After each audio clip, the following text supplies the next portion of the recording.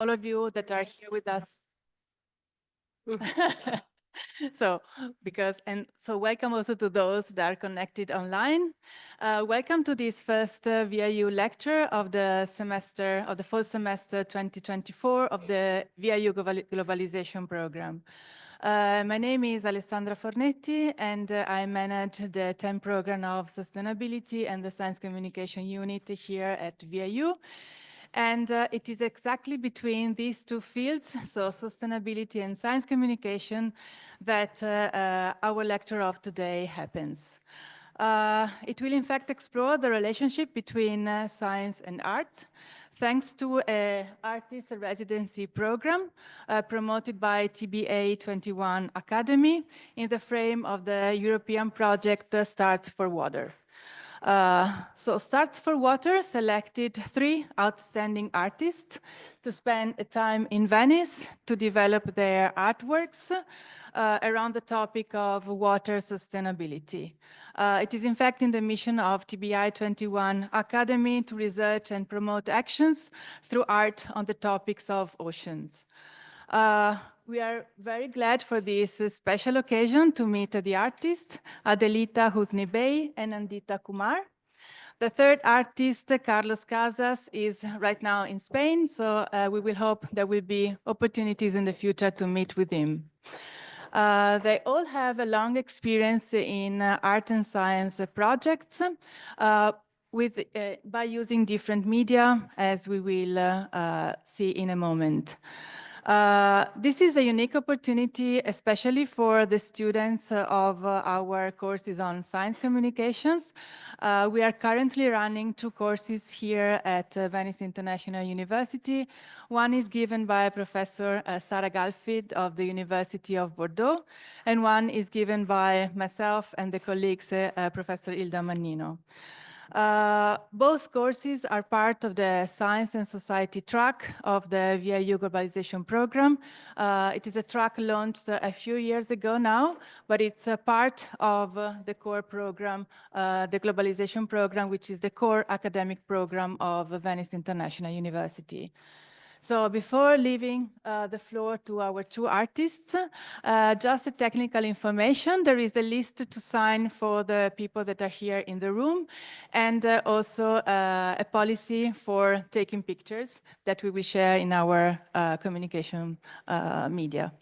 So thanks again, and I leave the floor to Adelita. Thank you. I have to bring my presentation up. Thank you.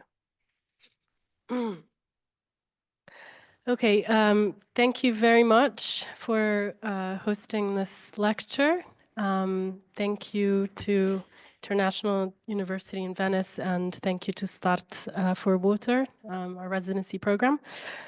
Before I even begin, I'd like to, well, excuse myself a little bit because I'm sick, as you can probably hear, so apologies for that. And also, I guess, 2 underlying questions that will run throughout the presentation and that I would like to highlight. And one is the question of techno-fetishism. So the idea that technology and science are these sort of monolithic, powerful, all-powerful perhaps, modalities through which we can understand reality, and that they are invincible or infallible specifically in relationship to climate change. And then the second point I would also like to make, that many of you might very much be well aware of, is obviously science as an ideology. In that sense, the idea that there's a sort of neutrality to the notion of rationality in science, to me is something that should be challenged at all times.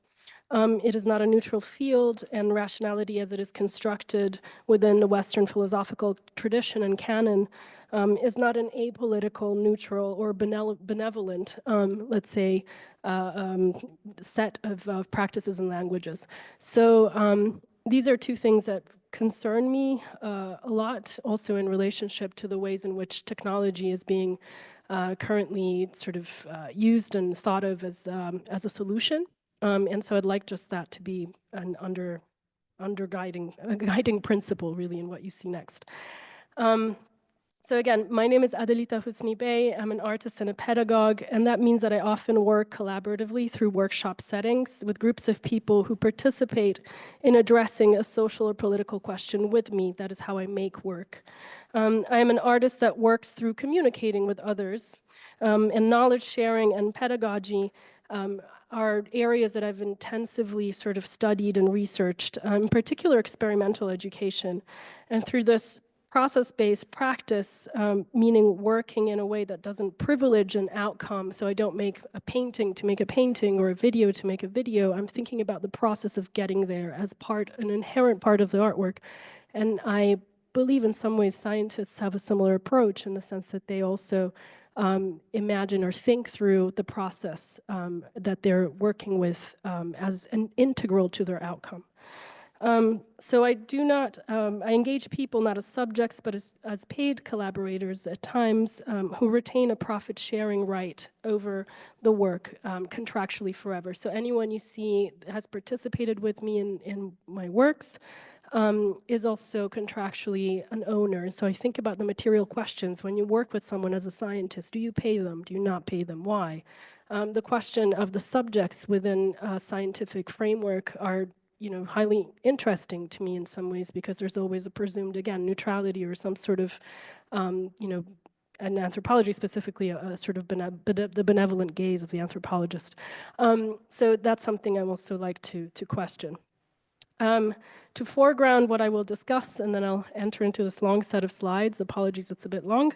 I also wanted to highlight the commonalities between communication and pedagogical practice, meaning that collaborative kind of knowledge production is something that I find really to be one of the links, perhaps, between these two fields. And so when I speak about experimental pedagogy, I certainly do not mean this room. Do you ever question, or do we ever question collectively the ways that we learn? Why are you sitting there? Why am I sitting here? Why are you sitting in chairs? What is the architecture of the space? Does it help you learn? Why are you listening and why am I speaking? So these are all kind of hierarchies that are imbued with power relationships that are often go unquestioned. So this is just a setting that we, seems neutral to us. In fact, it is very much a power dynamic. So in thinking about these hierarchies in learning and how architectures affect or influence our relationship to learning and knowledge production, highlighting who speaks and who listens. I also think about the work of someone like Paulo Freire, great, who really thinks about pedagogy, and I encourage you to think through communication in a similar vein.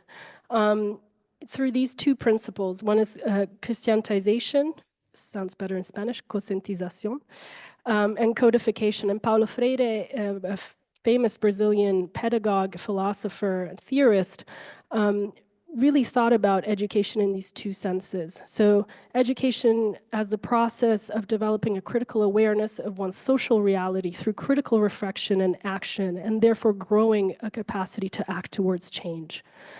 Is this part of the science field? If not, why not? Codification requires gathering information to address the construction of a particular reality in order to collectively decodify it. What are the codes that compose the power relations of the social as we know it? And so this is kind of the introductory part of what I'd like to speak to. And now I'll just go through quickly three, maybe not so quickly, three works that I hope illustrate some of the things I've been talking about. I don't often work with science, but when I do, I try to bring in the sort of things that I've talked to you about right now. So the first work that I'll discuss is called Parable. It's from 2023, and I was commissioned by the Cuenca Biennial to go to the Galapagos Islands, which is a huge privilege. And once there, obviously, you realize that the Galapagos Islands are mostly famous for Darwin? Yeah, Darwin's theory of evolution. Yes, giant tortoises, all sorts of incredible animals that have lived there semi in isolation effectively for many, many centuries. So this is the kind of mythology around Darwin that I was really interested in. And since Darwin's brief visit to the Galapagos Islands and his study of finches, which formed the kind of evolutionary, the backbone of his evolutionary theories, the Galapagos has held this quasi-mythological status in the origin of what has come to be called modernity. So if we think about Darwin's theory of evolution and how it coincides really with the beginning of ideologies that have formed in some ways the backbone of the current ideological system we live in, which is capitalism, I think this particular study of Darwin's theories kind of points to that. And it does it in this particular way because the appropriation of Darwin's work, which has been used to kind of justify the perpetuating of a violent, impoverishing ideological framework based on individual antagonism. So the idea that obviously evolution happens because of the survival of the fittest, which is only really a small part of Darwin's theory, but that's been taken in some ways to its extremes. And if we think about a kind of Malthusian social Darwinism that was reignited a lot under the pressures of COVID, for example, we kind of begin to see how this particular scientific discovery, which we could relegate purely to the realm of science, has had a huge impact on the kind of political and sociological fabric of our reality today. And so when I went to Galapagos, I started to think about these kind of theories that are in some ways at the antipodes of evolutionary theory. So one of them is actually Peter Kropotkin's theory, which says actually we survive purely through mutual aid. So we do not survive through this idea of survival of the fittest, but we survive through this notion of being able to form networks of solidarity. And he was actually a scientist and a philosopher.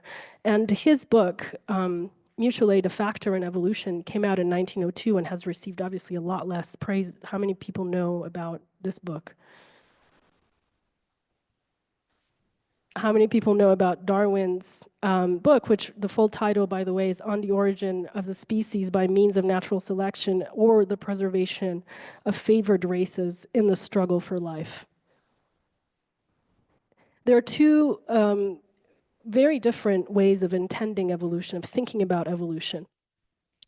And Darwin's theories also rested heavily on Thomas Malthus's theories about overpopulation and the idea that there's really not enough resources to go around, which is a refrain that we, can happen upon in ideological sort of, in a kind of right-wing ideological stripe.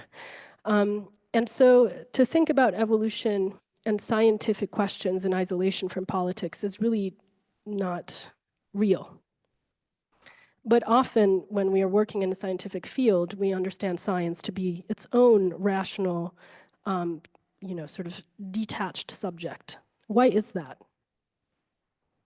Why do we ascribe neutrality to science?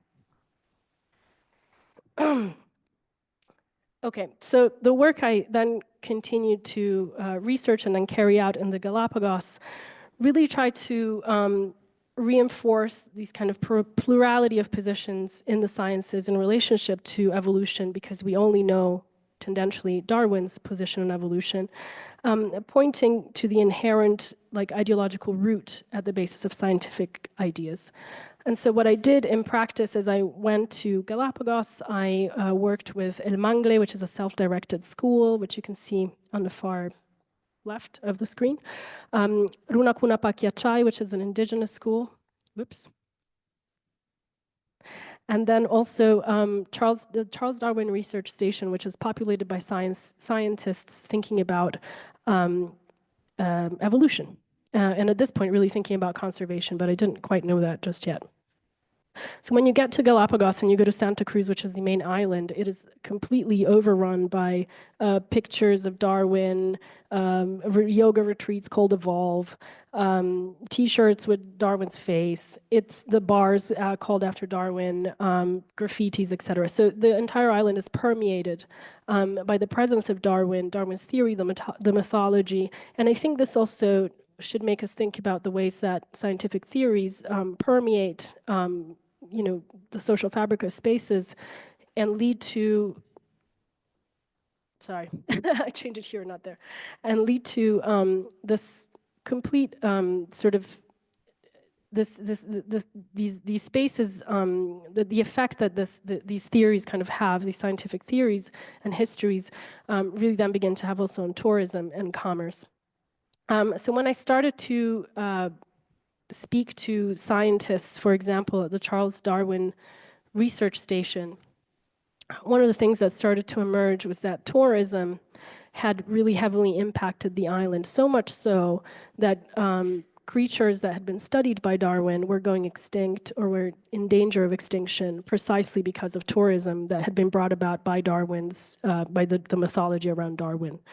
And so one of the, I guess, interesting facts that I was told when I was there, when I was photographing the scientists, was really to was learning that one of the finches that Darwin was studying at the times when he produced his evolutionary theory had been infected by a fly that had been carried on the boots of tourists, had been carried onto the island effectively. The island had become contaminated with this Philornis is the name of the fly.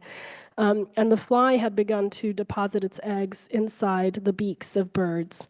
And the beaks of birds had been enlarged as they were growing because of the larvae that was stuck inside of their beaks. And because their beaks had grown these sort of oversized nostrils, they were now singing a different love song. So whenever they tried to sing a love song, another bird would come up, not their own species. And so this led to a problem in their capacity to develop offspring. And this was really an interesting way of thinking through evolution, because the question I was asking each of these three groups I was talking to was, what is evolution? And so when I spoke to the scientists at the Charles Darwin Research Station, well, they were telling me, for us, we no longer think about evolution, we just think about conservation. Because the fact that Darwin's theories have become so famous and have made this place so famous has led to an overburdening of tourism and eventually, effectively, to some of these species beginning to go extinct. I then talked to both children at the El Mangle school. We did a workshop there where we went to the beach and we did some life drawing and also talked about what the concept of evolution was for them. And then we talked to the Runa Kunapa Kiachai children during a workshop, and there too the question was, what is evolution? So in the end, this work became a series of photographs, and around the photographs you can see in the frame are actual conversation parts or excerpts of conversations that I was having around the question of evolution. What is evolution? And so when I was talking to the scientists, of course, as I was mentioning, they were telling me that they are now no longer thinking about evolution, they're only thinking about conservation and how to keep the species alive on the few species that are risking extinction on the island alive. And when I spoke to the children, Runa Kunapa Kiachai and their teachers, one of the things that emerged for them was that evolution for them was being able to hold on to their language and hold on to their culture in the face of an incredibly sort of violent erasure that was happening across Ecuador. So here again, you have a different way of understanding a scientific concept. Maybe a fun fact, but this plant that's called Scalesia is also going extinct. And this plant is one of the only plants that holds on to its dead leaves, which become habitats for smaller insects. Okay, so moving on to the next project. This is how the work was displayed. It's also displayed as posters that can be taken away.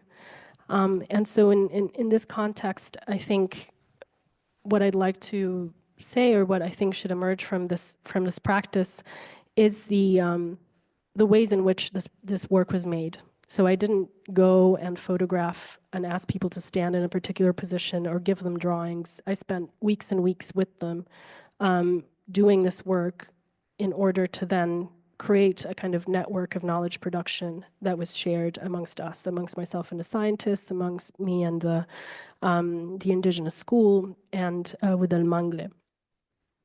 So how do you create work that involves science, but also has at its root this idea of process-based work or knowledge-making and epistemology? Okay, so moving on to the next work. Whoops. Okay, so this is a project that is yet really to fully come into being, but it's called Extinction Stage. It's a play on the word stage, as in like an actual stage where you can sit, and then stage as in we are at the stage of extinction. I was invited to think about a public sculpture, and in a really horrible place, in a place that is sort of newly built in Milan, which is my hometown. And this place in Milan has the headquarters of a lot of corporations. It was, the ground was sort of, this area was completely razed to the ground in order to allow for these very large buildings to be put there. So when I was commissioned to make a work there, I wanted to make something that was kind of ugly and a little bit provocative. So what I did in this case, again, through the method of the workshop, was to engage a class of different aged children. I think there were 3 classes at the time, in thinking about extinction. And it's obviously a very complex topic, but usually, of course, when you're dealing with children, the idea is not to, to shelter them in some ways from the realities of climate change. And my thinking behind this project was really to actually open up the complexities, the destruction, and the difficulty that climate change brings. And so to do this, I invited 3 adults to join me. One is a microclimatologist, another was a poet, philosopher poet, and finally a political economist. And they usually teach at university, so I had to ask them to basically produce a lesson for a 9-year-old. And so they came and they started speaking to the classes, and my job in that moment was to ask the children to make drawings following a certain set of rules. So asking them to draw with, in a particular color, or asking them to pick up particular words from the presentations. And so by the end of this 3-day marathon, they had produced over 600 drawings. And obviously the idea wasn't just to have like a factory of drawing making, but to really think about what the drawings meant. And so throughout the process, we would pick up the drawings, talk about them, talk about the feelings they elicited, what they meant for the authors, for the children who drew them. We then picked some of the ones we liked best and tried to put them on different surfaces. And we really used this as a way to think through the future critically, and not sugarcoat it. So when the microclimatologist and the political economist talked about why they were seeing all of these people on boats in the news, we finally had the chance to have a conversation about that, because the children were drawing constantly people on boats. And so we had conversations about how war, most of the time, even at this time, really caused significant changes in migration patterns, and how some of those people were coming to Italy, not just because of war, because of economic conditions, and because of climate change. We then produced the stage, And we took those drawings and we emblazoned this entire stage with the drawings. And so here you can see flooding in this corner. In the corner on the left, you can see the idea of sort of colonizing Mars, as absurd as it still seems. And war and pillage going on in the background, migration, the fear that that elicits. And this is all actually being done by, made by children. And so this stage is now in Milan, in this horrible place where lots of people go to work, and I hope they sit there. There's also a phone charging station, so there's a reason why they would go there. And we also have a series of events that around climate change that will happen on this stage. So the idea is, again, to think through the process, making something together, and really addressing urgent questions through pedagogy, through knowledge making, essentially.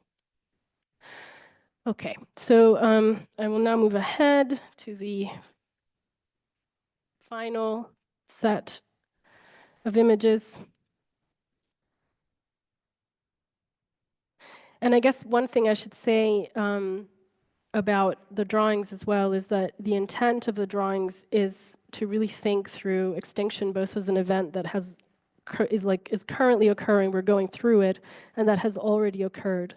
So through the collapse of empires, mass migration, war, and capital accumulation, the idea was to sort of think through what leads many to confront the end of the world, or what we consider to be the end of the world, not as this singular event, but as this ongoing kind of catastrophe.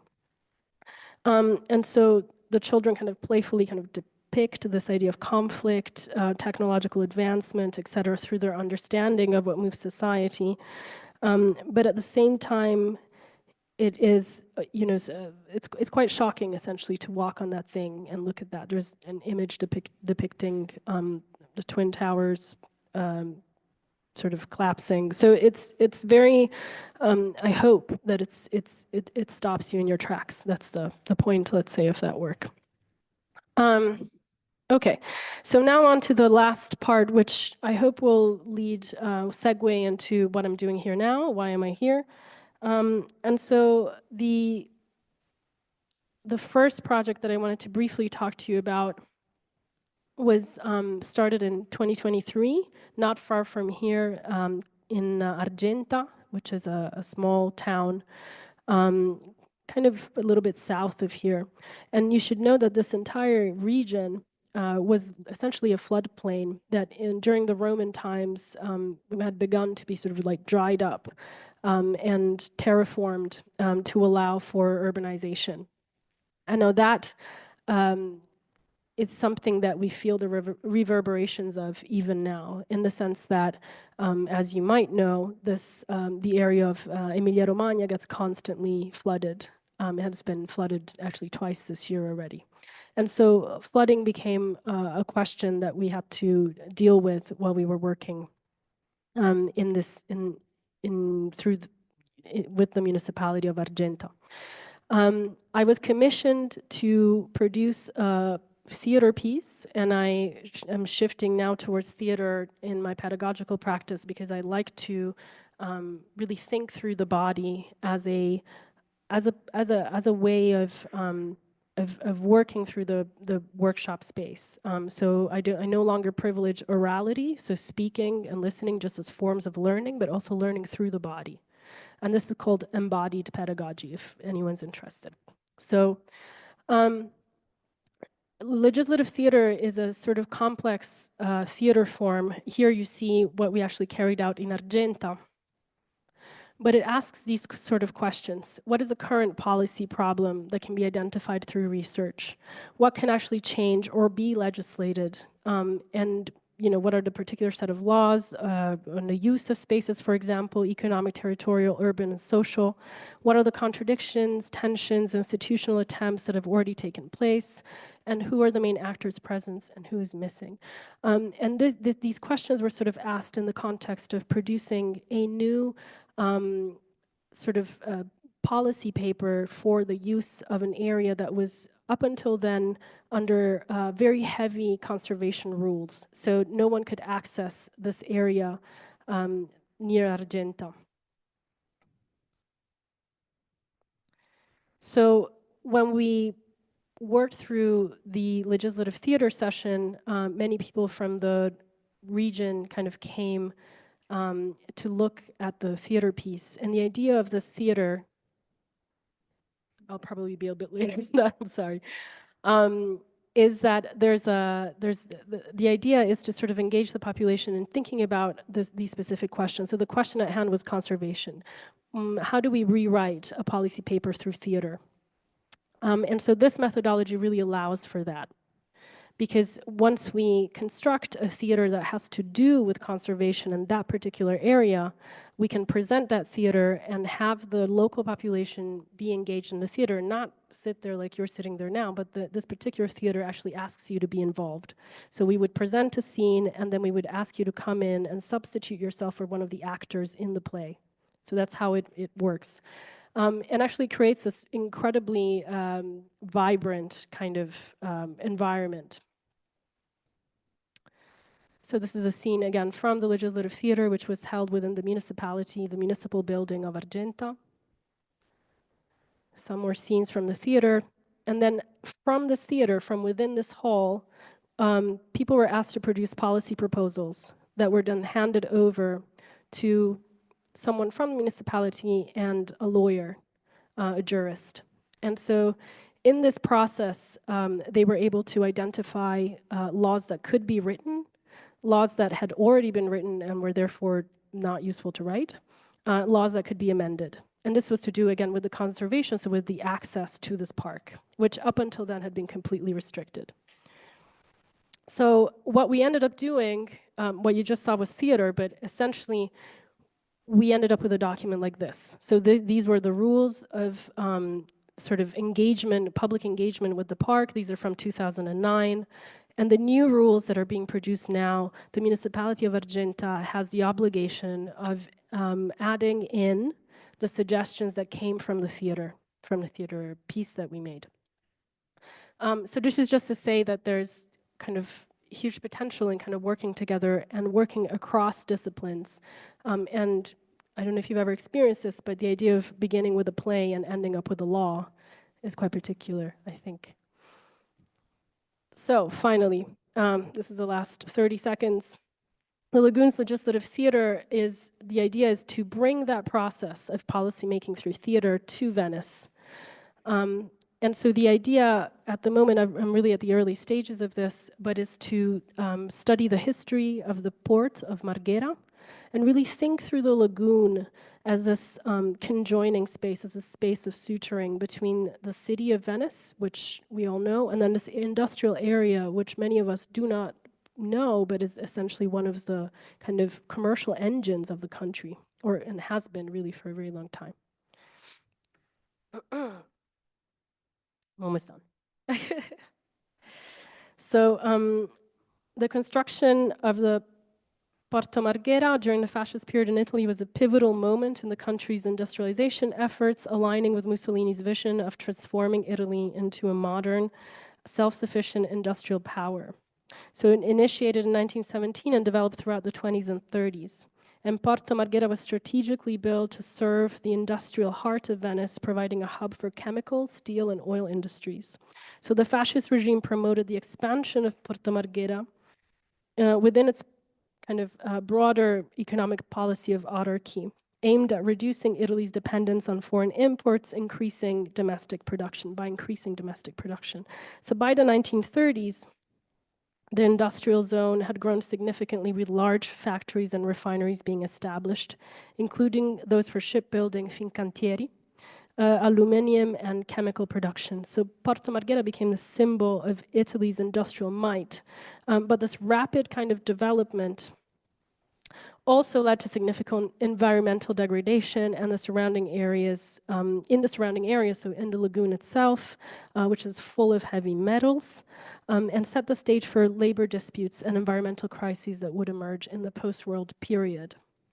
So finally, to kind of wrap up the last two slides, the trial against Montedison, which is one of the large industrial, sort of the owners of one of the largest industrial petrochemical plants in Marghera, began in the late 90s following years of investigation into severe environmental and public health violations. So Montedison, along with executives and managers, was accused of knowingly exposing workers and the surrounding population to toxic chemicals, such as vinyl chloride monomer, VCM, a carcinogenic substance.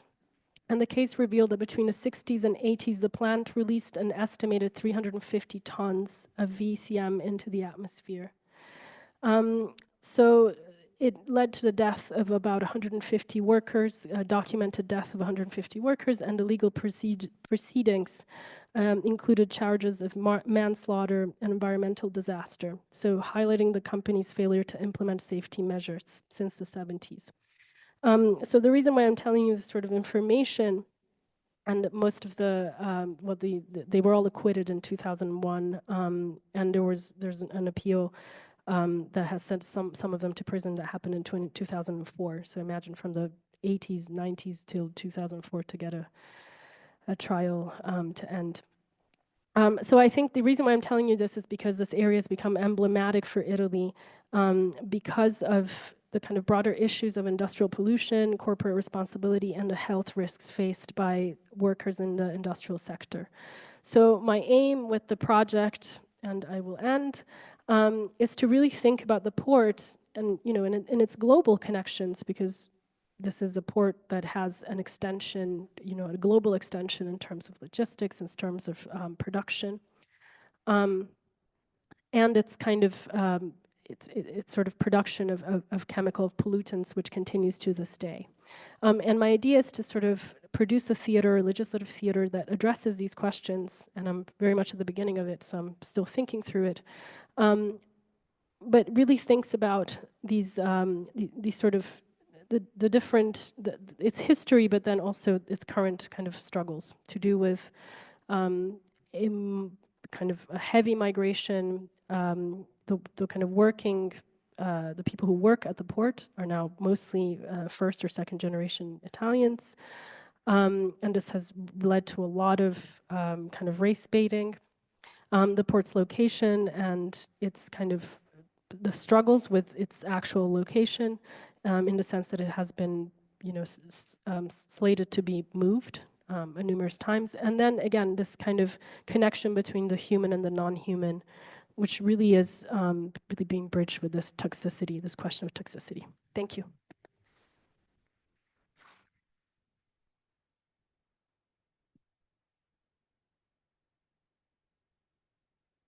We unfortunately all know this story of Marghera, but it's a very nice way, the way that you are bringing this back to our memories, and that you are bringing this also to the younger generations. So thank you very much. And now I leave the floor to Nandita for her presentation. After her presentation, I will open the floor to questions. Okay? Thank you. Nandita? I'm getting ready.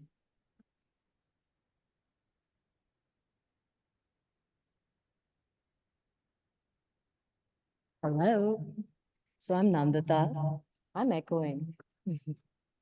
Okay. I have to.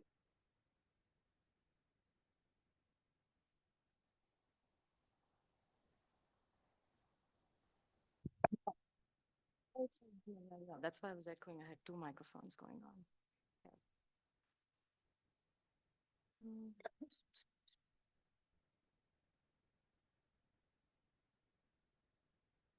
Hello. So I'm Nandita. I'm based in Goa, India currently. I'm going to tell a little story, more like how I've sort of landed up in science communication through art and using art as a medium of creative communication. I've sort of lived all over the planet. I was quite, my father was in the Navy. I sort of started out from Africa, lived in India, migrated to New Zealand, was in the US, lived on a beef organic farm in Oberösterreich, which sort of I was able to learn a lot of information about organic farming through living on that farm, and then landed up in India. And I hadn't been, oh, you can't see my presentation. Why is that? I'm not sure. Okay, no, I am. So I landed up in India, and I hadn't been there since I was a young girl. And this is a beach in Bombay, in Bandra. It's got debris from all the construction. It has plastic waste. It has sewage waste. And it has been given an inspiration to a lot of the works that I have created, because I would regularly land up going there. And sort of as I've traveled across the planet and I've seen these juxtapositions come across, like been on a farm and then I've lived in these heavy metropolitan cities, sort of started wondering like how I could sort of transmute information of what I saw into my art practice and actually present it to the common viewer. How do I engage with them? And these were a lot of questions coming, and I just come out of college, and I'm like, how do I instigate these conversations? So I'm going to talk about a few projects which are just going to lead to how I got into science communication. This is Ghar Pe, at home. So initially, when I came, I got invited to be a curator in this public art project, which was funded by a Wellcome Trust, and Sneha, which is on women's health and nutrition. And we were supposed to basically talk about health and nutrition in Dharavi.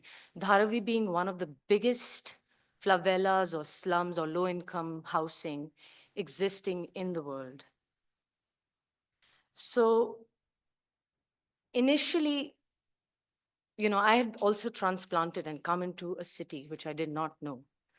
So a lot of conversations took birth, a lot of exchanges. There were 20 women who were part of this storytelling process. Initially, I was like, how exactly do we talk about art in the context of Dharavi, people who have not even visited to an art event? Their context, is based on day-to-day survival, and the struggles in the favela that is existing. And I thought, what was the most common factor between all of us? It was the concept of a house. And whether it is a beggar on a street, they have all these object collections on the pavement, which sort of builds their concept of housing. So what I started out was by mapping their houses. So I asked them, all of them, to actually map their houses and draw all these objects and sort of bring. So I had around 20 maps and then asked them to pick up one object from their house and tell a story of their life from there. So this story that you see, which is this gas, was basically based on domestic violence, where she chose to tell a story about a happy day on one side of the gas, and the other side of the gas was basically post a traumatic event with her husband. And that's why the tears, and she's written it in Hindi.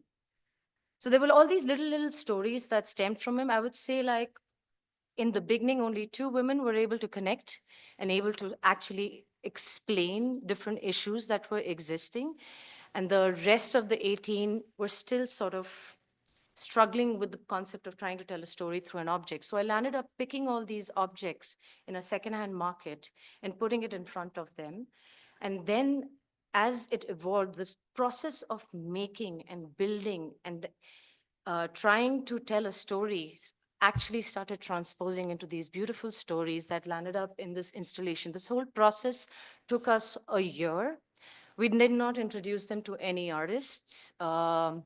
We spoke about health and nutrition through, having lots of discussions about what fruits work, what's unhealthy in our diet, what's working and not working. That's the gas that you see, which got mapped out as a happy gas. And then in the black part is basically post the food rotting, and, images of rotting food were taken and torn. and burnt. Issues around tea, health, nutrition, what are the different issues with tea, because there's a lot of sugar that is being put in India in a lot of our food and spices. We spoke about, how in the in Dharavi, there's a lot of issue of mosquitoes, how DDT is being used, water-based problems, problems of coexistence of different people coming from different religions, different backgrounds. So there were three different workshops. One was photography, one was clay, and one was textile. And all these mediums sort of came up on different household objects. So by the end of it, like through these discussions, I asked everyone, like, how would you name these, title these objects? And it sort of, they decided to do it on Bollywood films. And why they chose Bollywood films? Because Bollywood films was a means of escapism, means of entertainment, means of reaching out. And so this is called The Dirty Picture, which is based on one of the films. There were a lot of different diseases that we spoke about: malaria, dengue. The television was also sort of, we broke it down, and like there was a rolling television with textile, and everybody sort of took photographs, the photography group and the textile group sort of projected what they wanted to see beyond the framework of the television, whether it was the police, whether it was environmental issues. The shoes became a signifier for what they wanted to foresee in in Dharavi. The Google slippers was someone wishing to actually travel the world. Somebody wanted to just learn how to use a laptop. The clay objects that you see basically are more about them wanting a garden in Dharavi, because a lot of them have come from rural landscapes into urban landscapes. This was a self-portraiture about different health and nutrition and prenatal health, because there's a lot of infant mortality that is taking place. So a lot of this information was visualized, and then it was presented in the form of this floating house in a community center in the middle of Dharavi. And we had around 4,000 people walk through this space. And initially, the women were hesitant to talk about their work. But, and three different languages were used to transpose information. We had people traveling like six hours to come and look at this installation once it started spreading into medias. Young students who would stand in front of the work and proudly like talk about it. So it sort of started creating this synergy in community engagement. Now, what I learned from this was the power of community engagement, how one could transpose knowledge and information. And so I was like, if I bring it back into my art practice, because I come from a varied, I've sort of done filmmaking, I've done fine arts, I've done my master's in art and science, I've done community engagement. So how do you bring this and activate movement in an art-based spectrum? So Emotive Sounds of the Electric Writer was more about a work that where I was required to reflect on the change, the impact and loss of letter writing in favor of writing emails, and what exactly, how it was impacting different people. So what I did was I invited people to write letters in their own handwriting and post it to me. And the idea was to write letters with love and a positive communication. So this was one of the examples that I gave to everyone, and it was written to NSA, to my dear, sweet, boundlessly attentive secret agent from the NSA. Though we've never met, I've never felt so loved in my life. All these years, I assumed I was alone, but I wasn't, was I? You were there. Every day and every night, you were right there with me, ready to listen, interested in what I was doing, who I was talking to, what I was searching on for this in this crazy world. You were there for me, instructions for assembly of improvised explosive devices. Just throwing in a few keywords to make you keep reading. I realize you aren't being paid by taxpayers to sit there pursuing love letters from non-terrorist citizens all day. So to force to read every paragraph, I will sprinkle altar-triggering keywords throughout this missive. Praise to be Allah. And so it goes on. And so I invited different peoples from different cultures, different backgrounds, to bring about change to any subject or object of your choice. People wrote to the dengue officer in the municipal committee. People wrote to a pixel. People wrote to a chocolate. People wrote about the loss of a child. People wrote about how they had not communicated with their lost parents who had passed on. And these were the many letters that I received. I received around 80 letters handwritten to my house. The postman who delivered them. And so all these conversations started at different levels. So what did I do with these letters? I basically put them through this old hacked plotter, which I converted them into a drawing machine. And as they actually wrote and mimicked these human handwritings, they would sort of bleed into the. So the machine would stop and think because it was old. Human handwritings are complex. And so I started using a pen that would bleed into the paper and record the thinking of the machine. And so what I landed up getting was a 40-foot scroll with all these little dots. And I landed up converting this into, because for me, this was like a chance score appearing. And I invited different artists and different people from around the world um, to actually respond in terms of sound. I'm not going to play the sound in this because I'm just going to escape the slide. And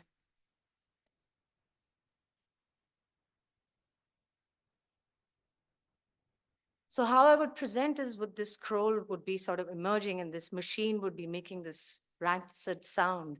And then I would have the sound which was built by the musicians. And I would have like people could actually sit and write letters and post it.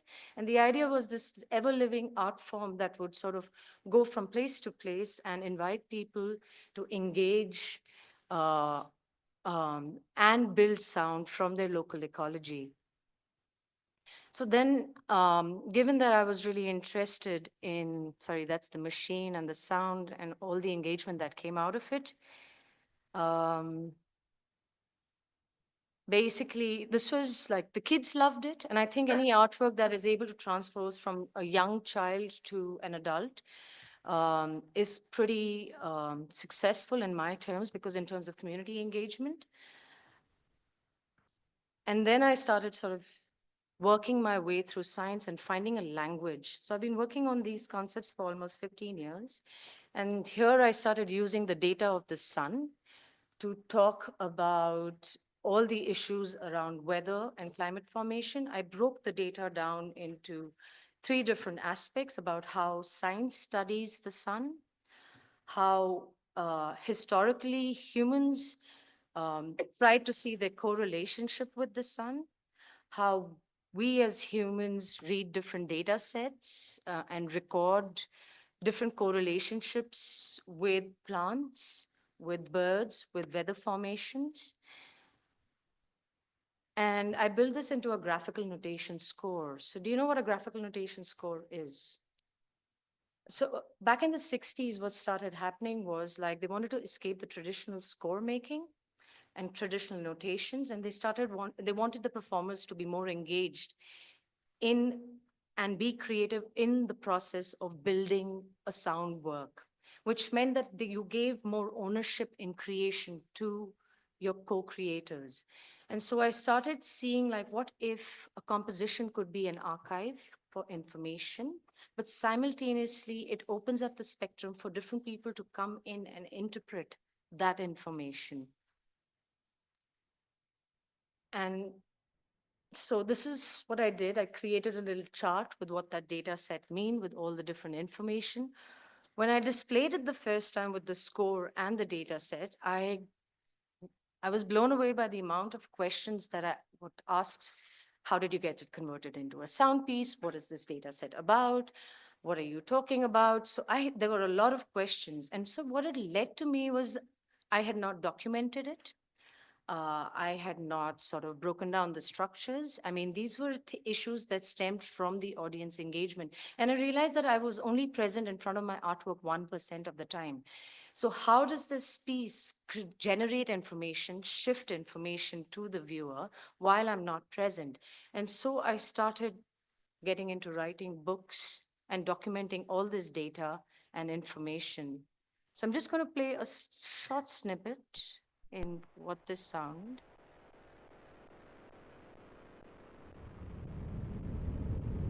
Is it playing?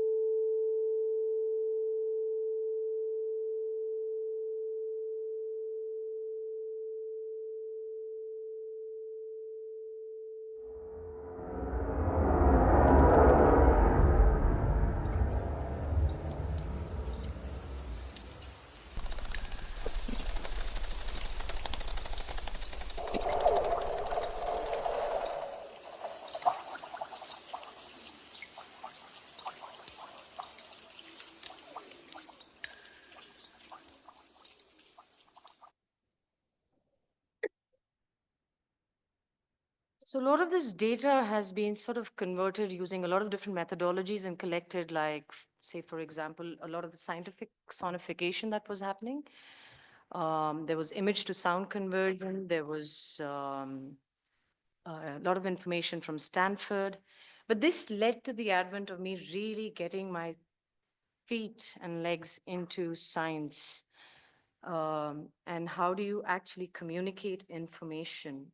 Um, So Osmoscape is a recent experiment where I've collected 50 data sets talking about all the issues related to water. It's again another graphical notation score. It basically exists in a lot of different forms, which is like a book, a sculpture. It's a public art project where I can stick it as a mural, and all of them have QR codes and can be accessed by a web app. I could have used augmented reality. I could have used a lot of different technologies, but what I needed was to use the cheapest phone. Could I access this information on any phone where if I could stick a QR code with the basic information on any wall, would anybody in India or any low income economy be able to access this information? Could they read? Could they communicate? If they did not read, how would they communicate? How would they read? How would they understand? Would any curiosity be evoked in any form? So this is still me creating different systems and experimenting whether this I've been working since 2017 on this project. It's still in process. So what I did was I basically collected all the data, and I had to learn how to use Excel sheets. I never really needed to do as an artist. I then, I do have a little programming background, but I collaborated with programmers and then cleaned up all the data. I worked with, so this is not a single person's job. This is a group of people, of highly skilled individuals who have come together to work towards this project. There are biotechnologists, biochemists, um, who have all helped me gather the data, clean the data, and come up with these correlations. So these were the initial experiments where we took the splines. I used processing code to actually visualize the datascapes. All these papers have been collected from different NGOs, scientific papers which were sort of hacked in through Sci-Hub. So thanks to Sci-Hub. So how do you bring about logic? Now, this is all about water, but you're still trying to tell a story. And so basically, water is older than Earth, as most of us would know. It comes from space. So the water's journey is from space to the ocean.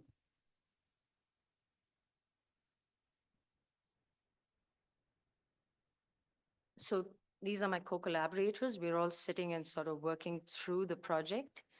I'm just trying to show you how we collected the data sets. This is one good data set where we actually got from the government, where um, we got, and initially I'd actually thought I would work with big data, but then I realized as I got into water, there were fragmented data sets with a lot of data gaps because data is not being gathered regularly. So a lot of issues stemmed in, and then how to visualize all of that data was another question. How do you, when there is a null set? These are all the codings, and this is how it was visualized. This is rainfall, and how we visualize it through processing, how different centimeters and so these are all the different cities in India receiving different quantities of rainfall and droughts over a period of 100 years.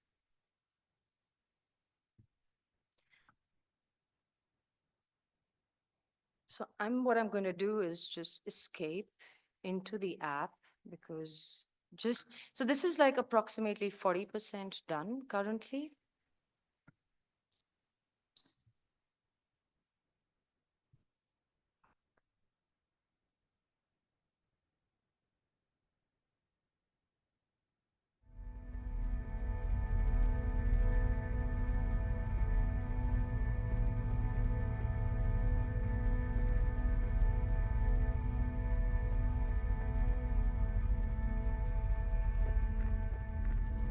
So the data sets sort of look into water signature, how water molecule is extremely important in the formation of DNA. It's really interesting, all these facts. Basically, DNA is held together by proteins, which are held together by water molecules. And so there are a lot of questions being asked in the books. What if there is pollutants and contaminants? What does it do to the charge of the water molecule, and how does basically it cause mutations in the DNA? Now, all of this is divided into 7 chapters. This is correlation between water and population, water and carbon. And as you roll over all this information, see all the data that has been visualized. So it's like an instrument in a way. This is water and income accessibility.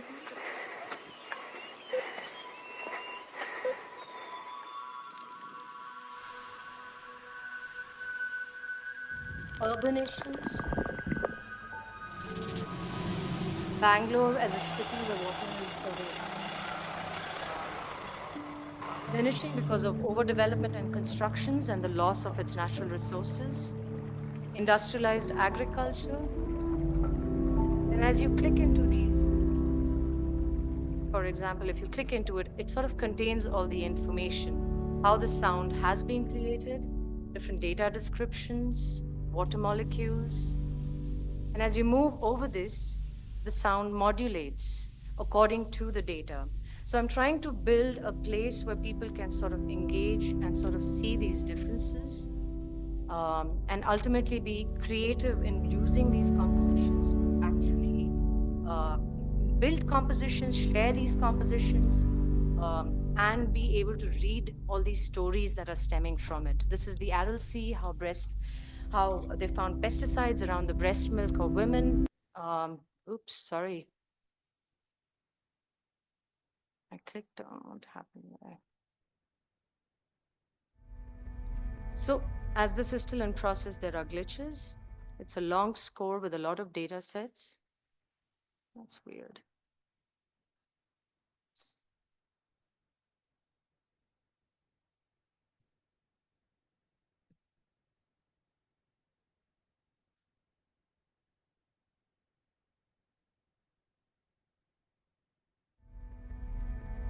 This is free, open source. The idea is that the code is available on GitHub. I want the community to engage, put in their information through either visualizing data, coding, which simultaneously all this information goes back to the community in terms of a pedagogical correlation. And it has to be a sustainable cycle, anything that needs to exist.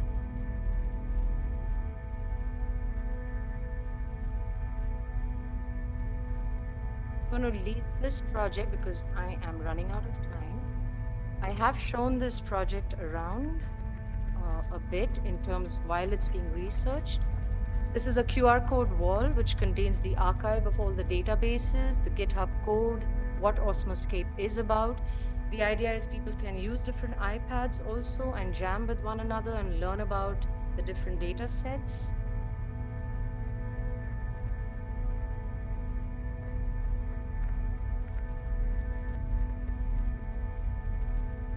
I have become some sort of a QR code expert now in designing QR codes. Post this project.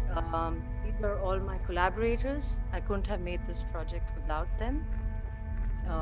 It has taken us years to get where we are. So, given that I have 5 minutes left, I'm just going to go past a few projects.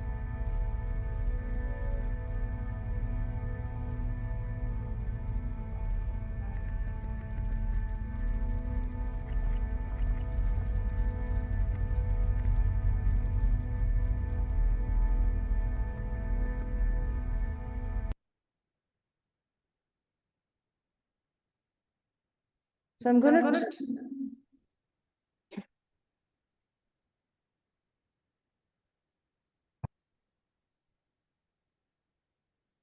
So, why am I?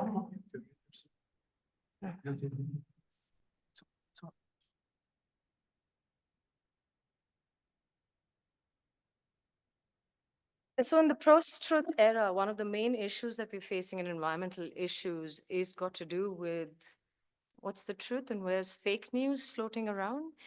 And this project sort of started out in Goa, where suddenly it was declared that coconut is not a tree. And that's because it does not have branches. And so it got me really intrigued, like how science could be warped and misconstrued in order to, and the idea, because Goa, you can't, there has been no development because we have so many coconut trees. So the developers want to cut the coconut trees. They want to make larger cities. It's become really rich in its real estate. And so they're seeing a future in its development. So what I landed up doing was collecting 91 statements from around the world where leaders, politicians, influencers were misconstruing scientific data. And so it's something like tropical rainforests don't catch fire. So the story that the Amazon is burning is a lie, and we have to fight with real numbers. Well, Sarah. And what did I land up doing with all these statements that I collected? I landed up putting, this is pre-chat GDP. I took an AI generator, code generator, where basically different haiku masters had been sort of inputted in. And then each statement was put into an AI code and haikus were generated out of it. So it would use the same words and generate a poem out of it. And why a haiku? Because haikus are generally observations on our environment. And so I'm going to just go back to my PDF and read a few.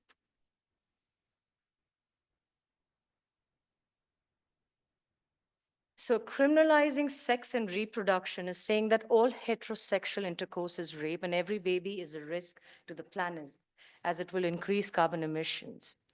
And so that's the haiku that got generated out of the words. The bold words are the words that got pulled out. A carbon sexual in heat again.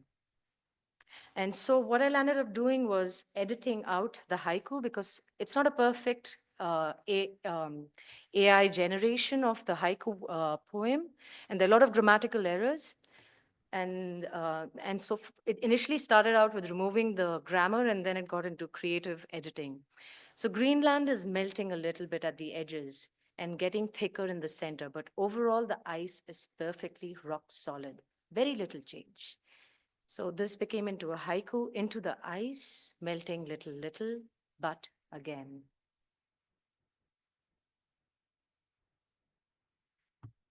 The science is not settled, and the science is actually going the other way. We may, in fact, be going into a cooling period. And so the haiku goes, no science along this, but we cool.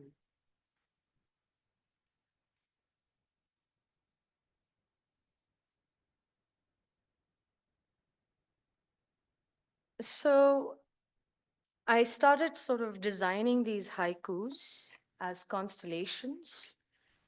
And as the dots that you see are the edited dots, the filled up dots. The hollow dots are the ones which are braille, where the unseen is being made seen. And each of these dots were designed. And then they were printed out together on a 40-foot score. This is also a book where I've given context to every statement and what the scientists have actually communicated and media. Each one, so there are 91 essays. But the thing is, when you make a book, you need to design the data. People should be able to open it. How do you access it? And so it led to the birth of chapters. And I'll come down to it why I'm talking about this in relationship to the score. So I chose 5 elements: water related to water-based issues, earth related to earth-based issues, fire related to global warming, say fires in forest, and ether being the law. And so ultimately, this became the score with its 5 chapters, and the glitch became the incestuous for a chance score. And it would go through the sponge piano and develop this sound.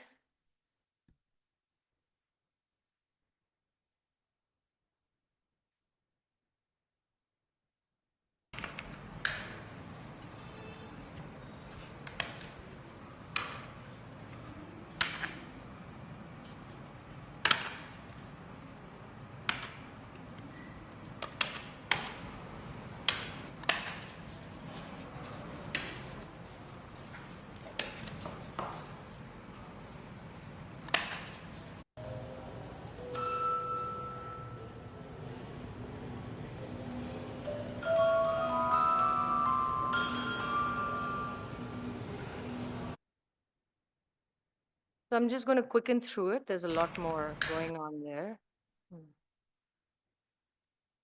But so when I started designing my pieces, there is part of it that people can take away from every project. And this is a newspaper which contains all the fake news and the haikus with them.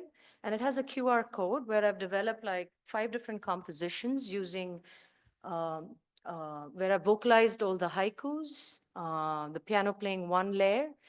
I worked with Foley. I collected all the garbage and constructed different weathers, systems out of it, which was water, earth, fire.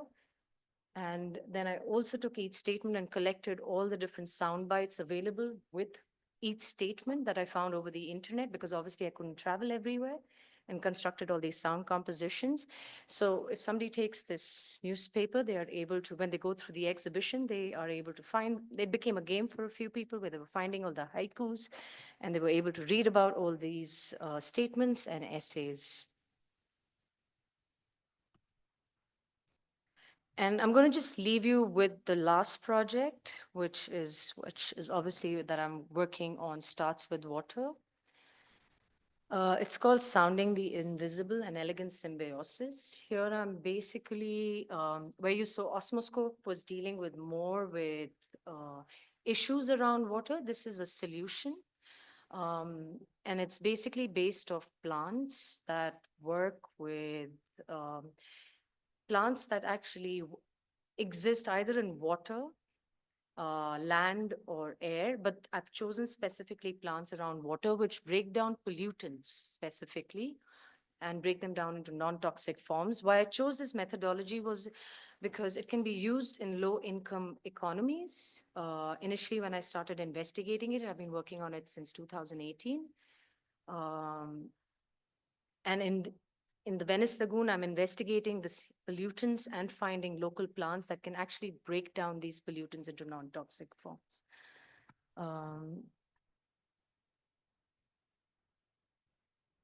What I am going to, right now, it's basically in stages. I'm still trying to figure out how this can be engaged with. So I'm looking at maybe like a supermarket sort of engagement, or we can use QR codes where I can build a terrarium where sounds, I've converted all the pollutants using their enthalpy of every compound into different sound signatures and bringing it to an audible range frequency.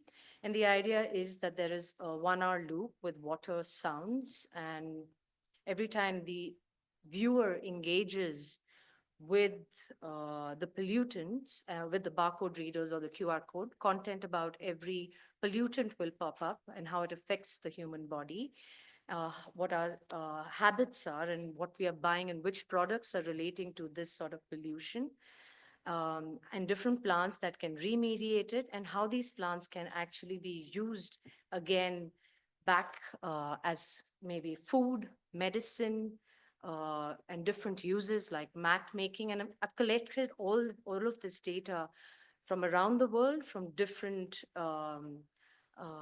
tribes, medicine systems, and all the paper and information that I could find from across the world, and consolidated this information.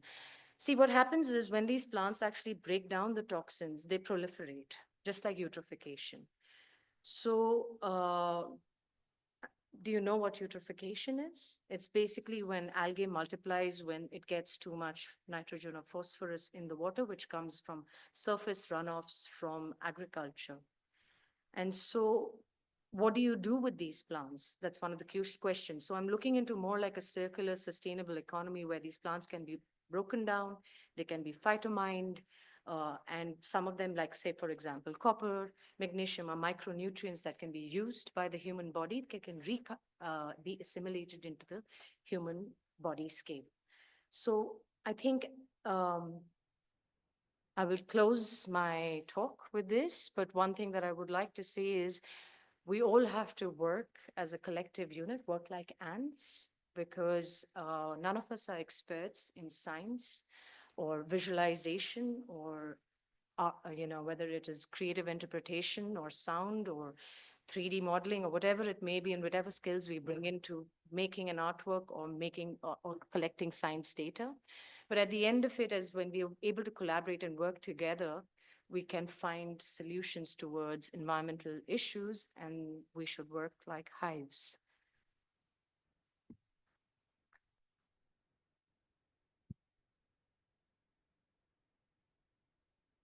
It was very fascinating. It's very fascinating to see the different ways that you approach the different topics and the different artworks that really you are able to produce. So congratulations, very fascinating, really. And it's also very nice to see you talk a lot about community engagement, and engagement is a key word also in science communication, and the process, that you highlighted is really important also in science. So thank you very much for sharing your work. And I open the floor to questions or curiosity you have on the way they work. Students, we have a microphone here.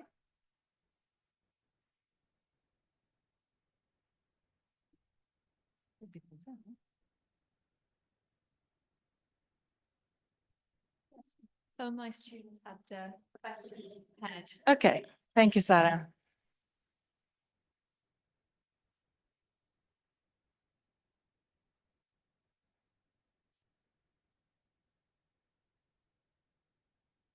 This is a question based on the Osmoscape. Why do you think that incorporating sound will lead to a more active engagement than images of art alone? So over the years, through a lot of experiments, and in my first piece, I basically built an electronic terrarium, which was working off solar energy and playing the sounds of the earth, and it was malfunctioning. And also technically had not resolved a lot of issues. So it had a bottle and a cork on it.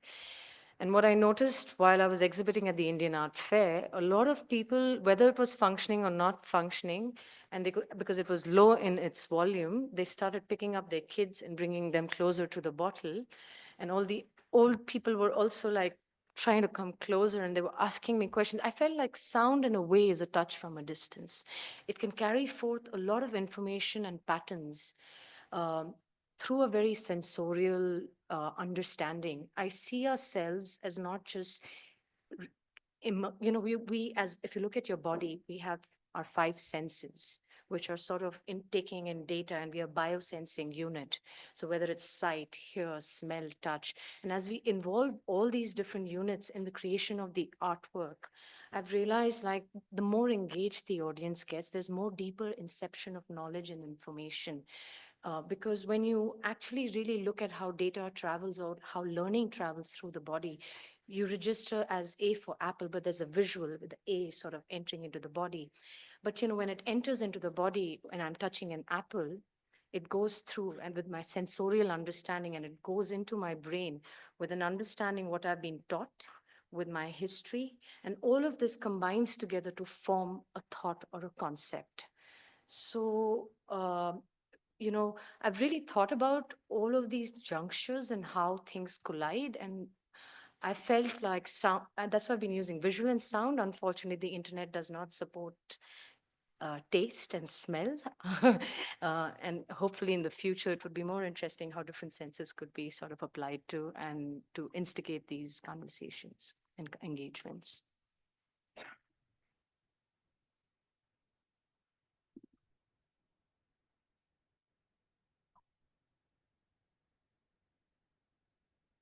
Thank you for the presentation. I was really interested about the project in India with the homes and the women. And I mean, generally, all of these topics, sorry, had a lot of like community presence or inclusion of communities. And I'm sure there is a lot of very specific differences, but is there like general challenges or general solutions to overcome this unbalance in different backgrounds, or also like approaches of how to create projects, especially when it's around art? See, there are always going to be problems in life, and you have to work through creative solutions. And see, when I came back, I really didn't know what I was putting my foot into. This is my second community art project that I did.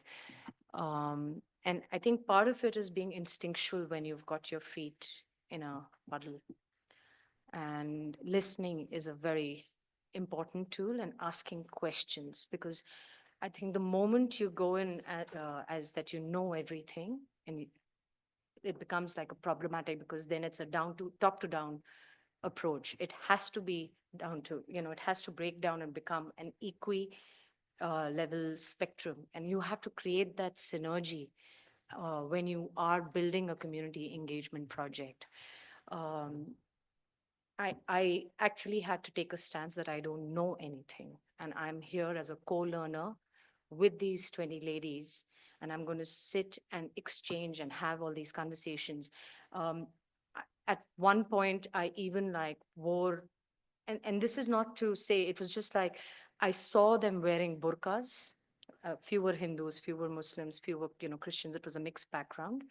And these 25-year-old women who were wearing burqas in the heat of India and walking around in the slums because they were required to.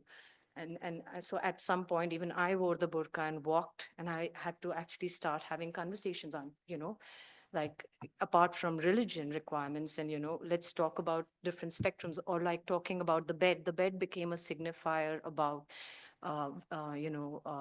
we spoke about periods, and that was also a very discomforting, about birth control pills and about birthing issues, very difficult topics to broach. And given that there was a third object, it became somehow easier for us to discuss. And at some point, what started happening was that the older women in the group started teaching the younger women about birth control methods. Even I didn't know half of them. So it was, and also some parts of the project were about like medicines that they were using on a day-to-day level, and they started collecting haldi. One random thing was like, as a birth control, they would tie a thread around the male's thumb, which was also very fascinating. So all of this was documented by us, and all these stories came out from the conversations that actually ground. So I would not say that I facilitated it and created a system. And I think at the end of it is what systems you create and how they create exchange is the most important thing.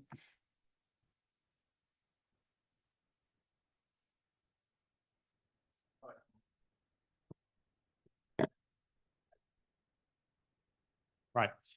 Thank you. I was wondering about data visualization, because Mhm. obviously it's quite a tricky thing to do it well. And that was a very engaging from what we've seen. So I was wondering if you could tell us a bit about the public reception and engagement with the various pieces of data visualization that you've shown. In specific to Osmoscape or 126, the Sun score? Any of the data visualization. So basically, I've been looking at very intuitive methodologies, and that's why it is taking a long time. For me also, it has been a process of learning because I literally, when I started working on water, I had to take tuitions to understand the water molecule. So just to give you the basics, I literally had to go through the steps of learning and then figuring out how do I disseminate that knowledge. And as I worked more and more with co-collaborators, I learned in the process. So every project that I've taken on becomes like another PhD-based project for me, where I am learning in the process of making. In terms of data visualization, see, there are different tools, like in Osmoscape. I came in with the same ambition as 126.22, where the sun has much larger data. It has been documented extremely well. It is well funded and well researched. But the moment you land up in resources, water specifically, data has big gaps. Data has not been documented well. It was supposed to be more India oriented, and then I landed up breaking it apart and like taking the best case studies from different parts of the world, which was the most best documented. So that was it was an interesting realization. I also realized like the biggest water resource for drinking water is with Coca-Cola, not actually with the government. So I think it's my journey of learning has been through these investigations, and then when it came to data visualization, I first actually had to look up a lot of designs because I never visualized data per se. Everything had been more like collating data across the net and just using them as an entry point, as a gateway. But this was the first project where I actually visualized a chunk of the data, and I had to learn the tropes of it. And I found a lot of very good Italian data visualizers on Pinterest. And though I did not understand Italian, I still figured out how they were correlating information because it was so oversimplified. And that was when I really started enjoying the language, when it could cross these language barriers information. And also, like, I started like finding networks, like calling data visualizers, when I found like how do you work around not having data when there is a gap in data. How do you visualize that or not visualize that? And so a lot of these questions, and I literally had to go, it's like, I think I created my own Google network of humans and asked for help, learned in the process. And I think that's exactly how you and your master's program or your PhD program would be researching and learning. And these projects have been constructed through that process of learning. And then when it gets to sound, because sound is also another way where data has been sonified to actually understand, there was a lot of conversations because all of this is on Excel sheets. Because the person I was working with was in the States. And how do you actually communicate all these thoughts and processes across the internet? So part of it was organizing yourself, color codings, also like this, like I had to make a synopsis of the information, give him different numbers, and then he would. And one of the things that I've realized is that when you work with people, let them be creative, let them input, let them come into your project, because it actually enhances the project and they become co-owners of it, just like my co-artist was saying. So we have a boat at 6:45. Actually, there's a boat at 6:45. So maybe we can take maybe a last question. If there is a last question. From those that are online. Okay. I have a question. Is there a question online? No. Okay. I have a question for Adelita because I think it's really interesting, the passage from the other projects that you developed to this more recent project on the theater, legislative theater.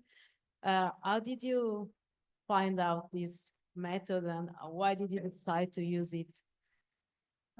Thank you. I'll be brief, because I know have to go. Legislative theater is a methodology that was developed by Augusto Boal, who's a Brazilian theater director who was active in Brazil, in São Paulo. He was director of São Paulo Theater in the 70s. And during a period of dictatorship in Brazil, he fled and developed his theater abroad. When he came back to Brazil after having been in exile and developing many other forms of theater, he was actually the part of the municipality of São Paulo. And so in being part of the municipality of São Paulo, he decided to use his skills as a theater director to actually produce municipal legislation. So that's kind of like where the roots of the theater come from. And in my personal pathway, or the way I came to it, is through this idea of embodied pedagogy. So through this idea of, maybe in similar ways as Nandita, there's we tend to have this relationship to learning, which is very much based in visual, oral, listening, speaking, but the body really plays a huge part, or can play a huge part. So if we retell a story, a complex story of conflict or repression, we really have a different way of understanding power and understanding how power functions. So that's one of the reasons. Thank you. It would be nice to have some activities also here with the students. So how long will be your residency in Venice? I mean, in total. So 1 year? It's a 9-month residency, so we're producing a work in 9 months. Okay. But it's between Venice and Goa, so yeah, Venice and a different part of Italy, Yes. of course, where you're from. But it would be nice to see what the results of the residence is. So if you can come back. Between June and November, we'll have occasions to display. So. Okay, thank you very much. so much for Thank having you. us.